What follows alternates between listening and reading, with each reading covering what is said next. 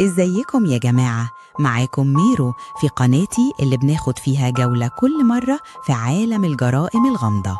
قصص ساعات تحس إنها طالعة من فيلم رعب، بس صدقوني كلها حقيقية. كل حلقة هنا هنفتح ملف جديد ونتكلم عن تفاصيل هتخليكوا تعيدوا التفكير في الدنيا والناس اللي حوالينا. لو انت بتحب الغموض والتشويق يبقى انت في المكان الصح.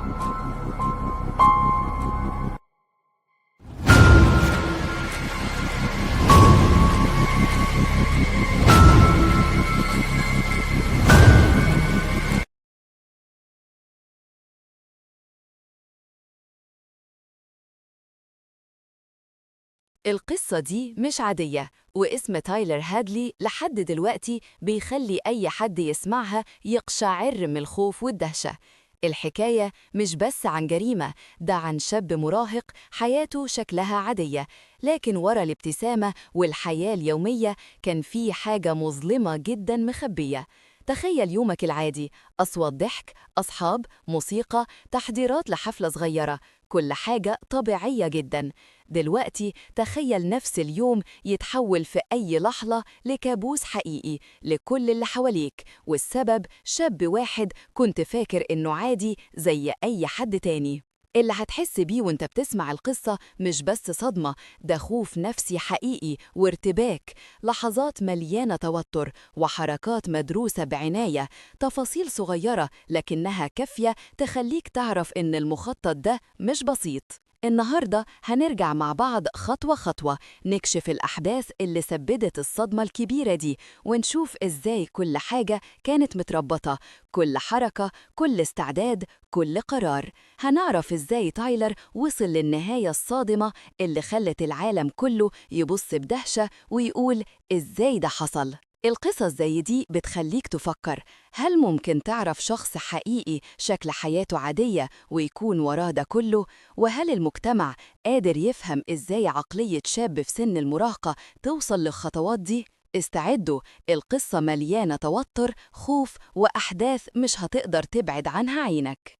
النهاردة هنتكلم عن تايلر هادلي، شاب مراهق من ولاية فلوريدا، كان ساكن في بيت عادي جدا مع أهله. في نظرة الناس حواليه حياته شكلها عادية، مدارس، أصدقاء، شوية هوايات زي أي مراهق. لكن اللي حصل بعد كده بيكشف إن الأمور ممكن تكون مخبية ومظلمة ورا أي حياة عادية. تايلر كان عنده 18 سنة 2011، ومحدش كان متخيل إنه شخصيته ممكن توصل للخطوات الصادمة اللي هتحصل بعدين. الناس اللي حواليه كانوا شايفينه طبيعي جدا، اجتماعي مع أصحابه وبيحب الموسيقى والحفلات. لكن في حياته الخاصة كان في مشاكل ومشاعر غضب مكتومة، واللي كان بيحاول يعالجها بطريقته هو بس. في الأيام اللي قبل الحادثة تايلر بدأ يخطط بشكل مخفي. الشرطة لاحقاً اكتشفت من التحقيقات إنه كان بيجهز كل حاجة في البيت خطوة خطوة من غير أي حد يعرف. كان بيجهز أدوات، بيشوف مسارات الحركة في البيت، وبيفكر في كل التفاصيل اللي ممكن تمنعه من أي اعتراض. كل الخطوات دي تم توثيقها بعد ما الشرطة جم وفتشوا البيت ولقوا الأدلة. اللي وقع حواليه تايلر كان إنه فقد السيطرة على غضبه والمشاعر السلبية اللي جواه.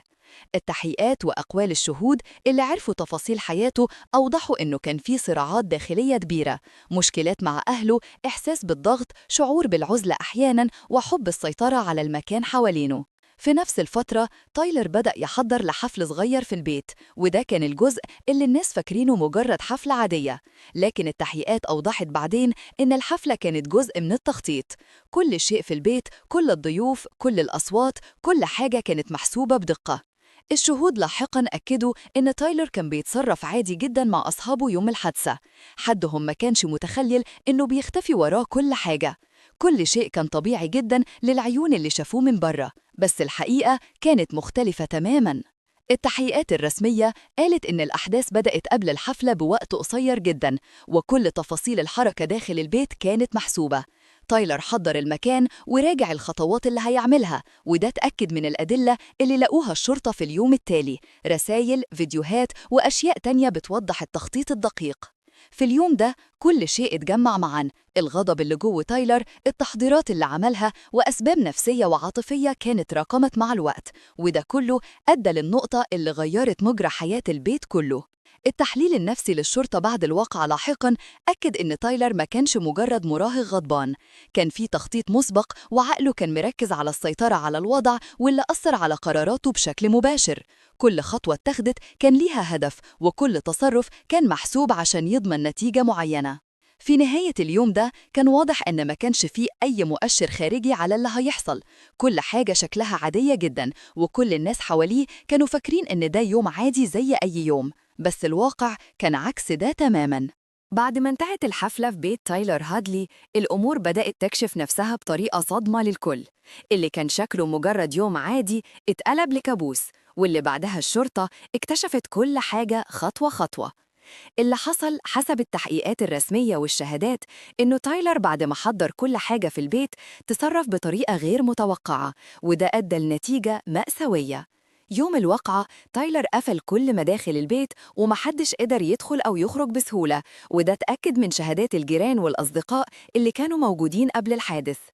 الشرطة لما دخلت البيت بعد اكتشاف الجريمة لاحقاً لقت كل شيء مرتب بطريقة غريبة. الأدلة أوضحت إن تايلر كان واخد وقته في التخطيط، من مكان الأثاث لترتيب الغرف وحتى الإضاءة اللي كانت هتخلي أي تحرك واضح جداً لو حد حاول يقترب. الشهود قالوا إن في الحفلة تايلر كان هادي جداً مع أصحابه، بيتكلم طبيعي، بيضحك، مفيش أي مؤشر على التوتر الكبير اللي جوه، لكنه كان مركز جداً على كل حاجة حواليه. كل التفاصيل من حركات أصحابه في البيت لكل صوت خرج كان بيراقبها. التحقيقات بعد كده أظهرت إن تايلر بعد الحفلة بدأ يتصرف بشكل خطير جداً.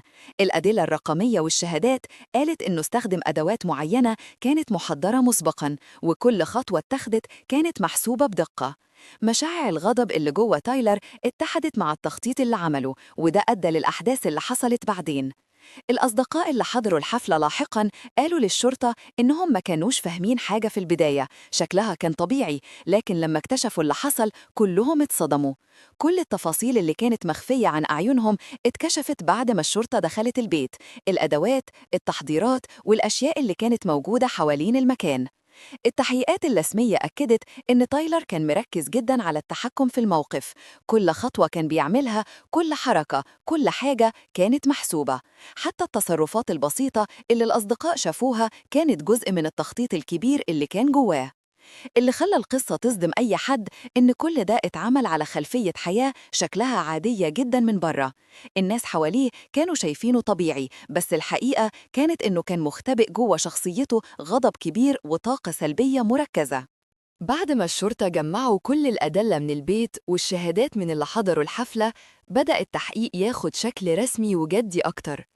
المحققين ركزوا على كل التفاصيل الصغيرة، من ترتيب الأدوات في البيت لحركة تايلر قبل وبعد الحادث، وحتى أصغر العلامات اللي تساب على الأرض أو على الحوائط. اللي لاحظوه بسرعة إن تايلر كان مركز جداً على كل خطوة، ومفيش حاجة اتعملت بعفوية، كل حركة كانت مدروسة، وده خلى المحققين يقدروا يرسموا صورة دقيقة للأحداث. تقرير الأدلة المادية أكد إن الأدوات اللي استخدمها كانت موجودة في البيت أصلاً، لكنه اختارها بطريقة محددة جداً عشان يحصل أكبر تأثير في أقل وقت. في نفس الوقت شهادات الأصدقاء اللي كانوا موجودين في الحفلة كانت حاسمة، كل واحد فيهم وصف الخوف والصدمة اللي حس بيها، وده ساعد الشرطة تفهم تدرج الأحداث من لحظة البداية لحد وصول الشرطة للبيت. الشهود أكدوا كمان إن تايلر كان هادي جداً، مبتسم أحياناً، وده كان بيخلي الجو كله أغرب وأشد توتر. التحقيقات الرقمية لعبت دور كبير كمان، تحليل الموبايلات، الرسائل والبيانات الإلكترونية أثبت إن تايلر حاول يخفي أي أثر رقمي ممكن يدل على تصرفاته، وده بيأكد إن الحادثة كانت مخططة مسبقاً، مش مجرد انفجار غضب لحظي. بعدها بدأ التحقيق الرسمي في المحكمة. المحامين ركزوا على الأدلة المادية، الشهادات، وتحليل السلوك النفسي لتايلر. الخبير النفسي اللي تقدم للشهادة وضح إن لسلوك تايلر قبل وبعد الحادث كان بيظهر علامات قلق شديد، لكنها كانت مترافقة مع تخطيط دقيق جدا لكل خطوة، وده ساعد القاضي وهيئة المحلفين يفهموا العقلية اللي حصلت بيها الجريمة. أحداث المحكمة كانت مليانة توتر، الشهود كانوا بيحكوا تفاصيل دقيقة، المحققين بيشرحوا كل حركة وكل لحظة، والناس في القاعة مش قادرين يستوعبوا قد إيه اللي حصل. صور الأدلة المادية، تسجيلات الاتصالات ورسائل تايلر كلها اتقدمت قدام القاضي، وده خلى الصورة كاملة قدام كل الأطراف. اللي برز أكتر في المحكمة هو التناقض بين مظهر تايلر الهادي في البيت وبين الأعمال اللي ارتكبها. ده خلى القضية تتعمل عليها دراسة نفسية معمقة علشان يفهموا إزاي شخص يظهر هادي ولطيف ممكن يعمل حاجة مأساوية بالشكل ده. بعد ما التحقيقات والأدلة اتجمعت، التركيز رجع تاني على اللحظات اللي حصلت بعد الحادثة مباشرة. اللي حضروا الحفلة أو كانوا قريبين من البيت وصفوا جو الصدمة اللي مال المكان. الجيران اتجمعوا بسرعة بعد ما سمعوا الأصوات الغريبة، وفي ناس حاولت تدخل وفي ناس اتصلت بالشرطة. تايلر في الوقت ده كان زي ما المحققين وصفوه، هادي، لكن بعينيه كان في حاجة غريبة، مفيش أي ندم ظاهر، ومركز جدا في كل حركة بيعملها. الشهود أكدوا إنه كان بيتحرك في البيت كأنه بيتأكد إنه مفيش حد بيلاحظ حاجة غلط، وده ساعد المحققين في رسم صورة دقيقة للحظاته الأخيرة قبل ما الشرطة توصل. الشرطة لما وصلت لقت تايلر موجود في البيت نفسه وما حاولش يهرب أو يقاوم بشكل عنيف. ده خلى القبض عليه أسهل نسبياً، لكن الصدمة كانت للجيران واللي حضروا الحفلة، لأن اللي شافوه ما كانش متوقع إن اللي حصل يجي من واحد في السن ده ومن داخل البيت اللي كان المكان المفترض يكون آمن. بعد القبض عليه تم نقله لمركز الشرطة على طول. التحقيقات المبدئية هناك ركزت على فهم الحالة النفسية ليه قبل وبعد الجريمة. الخبير النفسي اللي حضر جلسات الاستجواب وضح إن تايلر كان بيحس بنوع من السيطرة على الموقف رغم حجم الفعل اللي ارتكبه، وده اتفسر كجزء من نمط سلوكي معين موجود عنده من فترة. رد فعل المجتمع كان سريع جدا، الحادثة انتشرت في الأخبار المحلية والعالمية، والناس كانت مذهولة من حجم الفعل وشباب تايلر اللي ما كانش متوقعين إنه يعمل حاجة بالشكل ده. المدارس اللي تايلر كان مرتبط بيها، أصدقاء العيلة وكل اللي كانوا يعرفوه اتأثروا جامد، وبدأت حملات دعم للضحايا وأسرهم. التحقيقات بعد القبض عليه ركزت على التفاصيل الدقيقة، ترتيب الأدوات، توقيت كل حركة، وإزاي تايلر خطط للحادثة قبلها. كل المعلومات دي اتحطت في ملفات المحكمة، وده ساعد المحلفين يفهموا الصورة كاملة، مش بس كحادثة مأساوية لكن كتصرف مدروس ومخطط له بدقة. كمان جلسات الاستجواب أظهرت حاجات مهمة جدا. تايلر حاول يوضح بعض التفاصيل عن شعوره لكنه كان متردد، وده ساعد المحققين يحددوا حالة الانفصال النفسي اللي حصل له في اللحظات دي. الشرطة والخبراء النفسيين لاحظوا إنه رغم كل التخطيط كان في ارتباك واضح في تعامله مع الواقع بعد وقوع الحادثة. المحكمة لاحقاً ركزت على كل الأدلة دي مع شهادات الشهود وتحليل سلوك تايلر، وده خلق حالة من الاهتمام الكبير من المجتمع ووسائل الإعلام، وكل الناس كانت متابعة خطوة بخطوة كل تفاصيل القضية. بعد القبض على تايلر هادلي، التركيز اتنقل على المحكمة، واللي كانت مرحلة مهمة جداً لفهم أبعاد الجريمة وتأثيرها على المجتمع كله. الجلسات بدأت بأيام قليلة بعد نقل تايلر للمركز، وكل التفاصيل اتوثقت بشكل دقيق. المدعي العام قدم كل الأدلة اللي تم جمعها، شهادات الجيران، تسجيلات الشرطة، تسليحات الحادثة، وكمان التحليل النفسي لسلوك تايلر قبل وبعد الواقعة. كل حاجة كانت دقيقة جدا، والهدف كان إظهار الصورة كاملة للمحلفين. تايلر في المحكمة ظهر هادي جدا، لكنه كان واضح عليه التوتر الداخلي. شهود العيان حكوا عن كل التفاصيل اللي حصلت في الحفلة، إزاي كان متوتر، إزاي جهز نفسه، وكل حركة اتعملت بعناية شديدة. التفاصيل دي خلت المحلفين يقدروا يفهموا قد إيه الجريمة كانت مخططة مسبقاً. الخبير النفسي اللي حضر جلسات المحكمة وضح إن تايلر كان بيعاني من انفصال نفسي جزئي، خصوصاً أثناء ارتكاب الجريمة، وإن ده ساعده ينفذ الفعل بدون إحساس كامل بالعواقب. التحليل النفسي اتضاف على باقي الأدلة عشان يوضح الخلفية العقلية والنفسية للشاب ده، وإزاي ده أثر على قراراته وتصرفاته. أسر الضحايا حضرت الجلسات، وكانت ردود أفعالهم مليانة حزن وغضب، وده أثر على أجواء المحكمة بشكل كبير. المجتمع كله كان متابع من بعيد، ووسائل الإعلام ركزت على كل لحظة، وده خلق وعي واسع بالحادثة وبأهمية متابعة السلوكيات العنيفة عند الشباب.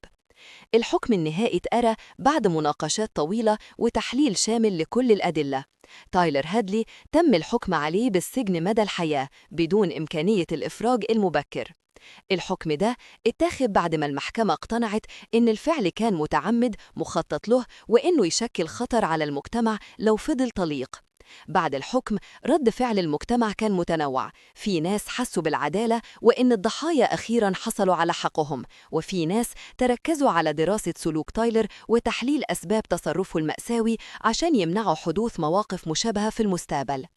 القضية دي بقت مثال حي على أهمية الرصد النفسي للشباب، وفهم علامات الإنذار المبكرة، وأهمية التدخل السريع قبل ما الأمور تتطور لدرجة مأساوية زي اللي حصل. المحاكمات الطويلة والتحليلات الدقيقة أثبتت قد إيه النظام القضائي ممكن يكون صارم وفي نفس الوقت حساس لتفاصيل الحالة النفسية. بعد ما المحكمة قررت الحكم على تايلر هادلي بالسجن مدى الحياة، الجو حوالين المجتمع كله اتغير. ناس كتير حسوا بصدمة وغضب، وناس تانية حاولت تفهم إزاي شاب صغير يوصل للدرجة دي من العنف والتخطيط المسبق. القضية بقت حديث كل حد في فلوريدا وخارجها، ومثال للعيون المفتوحة على سلوك الشباب وأهمية التدخل المبكر. المدرسة اللي كان فيها تايلر اتأثرت جداً، الطلاب كانوا في صدمة، الأساتذة حسوا إنهم لازم يكون في متابعة نفسية للطلاب أكتر، خصوصاً لما حصلت واقعة زي دي. الإعلام ركز على كل تفاصيل الحفلة اللي اتعملت قبل الجريمة، وكمان على إزاي المجتمع المحلي اتعامل مع المأساة دي بعد كده. التحليل النفسي بعد الحكم وضح قد إيه تايلر كان بيعاني من مشاكل في التعبير عن غضبه والتحكم في مشاعره، وده اتضاف على كل الدراسات اللي اتعملت لاحقاً عن سلوك المراهقين. المحللين النفسيين استخدموا القضية دي كدرس، علامات الإنذار المبكر والتدخل قبل ما المشاكل تكبر، وأهمية التواصل مع الشباب اللي ممكن يكونوا معرضين لمشاكل سلوكية أو غضب داخلي شديد. أهل الضحايا فضلوا متأثرين بالحزن، لكن الحكم جاب لهم شعور بالراحة الجزئية لأن الشخص المسؤول أخيراً اتحاسب. المجتمع كله اتفق على نقطة مهمة، إن الوقاية والتعليم النفسي والاجتماعي للشباب أهم من أي حاجة، وإن دراسة الحالة النفسية لأي شاب قبل وقوع مشاكل كبيرة ممكن تمنع مأساة مشابهة. التحليل النفسي بعد الحكم ركز كمان على النقاشات المجتمعية حول متابعة الشباب اللي عندهم سلوك عدواني، أهمية توفير دعم نفسي واجتماعي في المدارس والمجتمع، دور الشرطة والمجتمع في رصد العلامات الخطرة قبل وقوع الجرائم. القضية دي أثرت في المجتمع المحلي والوطني بشكل كبير، وأثبتت إن حتى لو الجريمة حصلت، في درس لازم يتعلمه الجميع: أهمية الانتباه للشباب وفهم مشاعرهم وتصرفاتهم قبل ما يتحول الغضب أو الإحباط لفعل مأساوي. بعد كل الأحداث اللي حصلت مع تايلر هادلي من يوم الحفلة لحد الحكم النهائي، المجتمع كله فضل مستغرب ومصدوم من اللي حصل. القصة دي مش بس عن جريمة، دي كمان عن علامات إنذار كان ممكن حد ينتبه ليها قبل ما كل حاجة تتفاقم. اللي حصل علمنا إن الغضب، الإهمال النفسي، وقلة المتابعة للشباب ممكن يوصلوا لأفعال مأساوية، ودي مسؤولية المجتمع كله: أهالي، مدارس، وأساتذة، وحتى الأصدقاء. القضية دي خلت الكل يفكر إزاي نقدر نحمي شبابنا قبل ما يحصل اللي ما يترفعش. الدرس الكبير هنا إن العدالة أخيراً اتنفذت، لكن الندم والحزن اللي ورا الجريمة فضل موجود.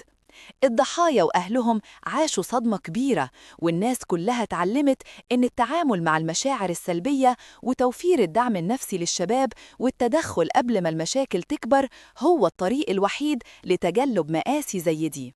لو حبيت تتابع قصص زي دي وتشوف كل التفاصيل والتحليلات، ما تنساش تدعم القناة بلايك وتعمل سبسكرايب عشان يوصلك كل جديد من القصص الحقيقية والمشوقة. وكمان شارك الفيديو مع أصحابك عشان يعرفوا أكتر عن الدروس المهمة اللي القضايا دي بتعلمنا إياها.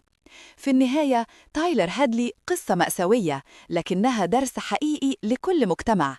المراقبة، الدعم النفسي، والفهم العميق لسلوك الشباب ممكن ينقذ حياة قبل ما أي مأساة تحصل.